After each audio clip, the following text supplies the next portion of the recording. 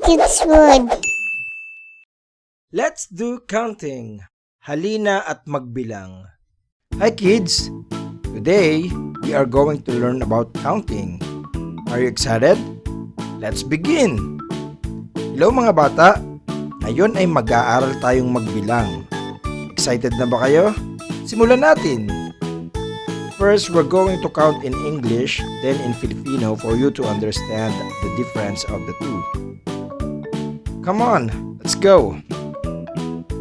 1 1, 2 2, 3 3, 4 4, 5 5, 6 6, 7 7, 8 8, 9 9, 10 10. Cool. Now, let's count in Filipino or in Tagalog.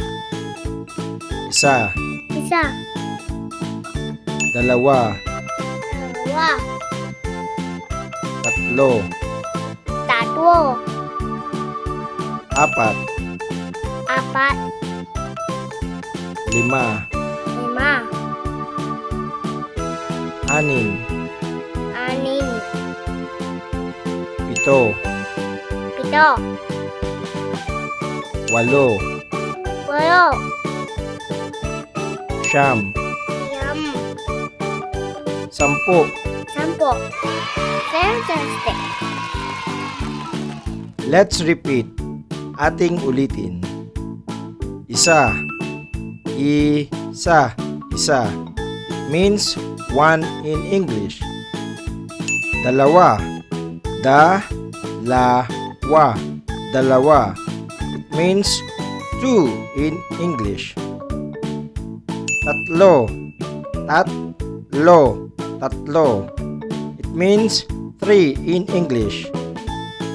Apat, apat, apat. It means four in English. Lima, lima, lima.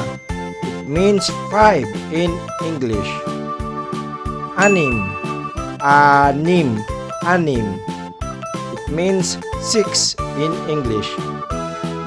Pito, pito, pito. It means seven in English. Walo, walo, walo. It means eight in English. Siyam, siyam, siyam. It means nine in English. Sampu, sampu, sampu. It means 10 in English. Very good, kids. You're amazing. Now, let's count again.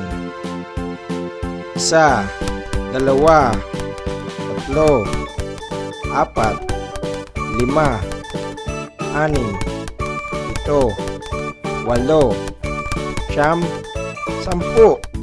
Isa, dalawa, tatlo, apat, lima, anim, pito, walo, siyam, sampo.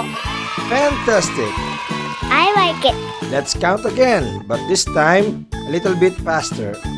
Isa, dalawa, tatlo, apat, lima, anim, pito, walo, siyam, sampu. Isa, dalawa, tatlo, apat, lima, anim, pito, walo, siyam, sampo. Very good, kids. You're doing great. Excellent. Let's review. Isa, dalawa, tatlo, apat, lima, anim, pito, walo, siyam, sampu. Isa, dalawa, tatlo, apat, lima, anim, pito, walo, siyam, sampo. Well done, kids. You are ready. Awesome! Great job, kids. You're the best! Please do support our little channel by clicking the subscribe button. Thank you.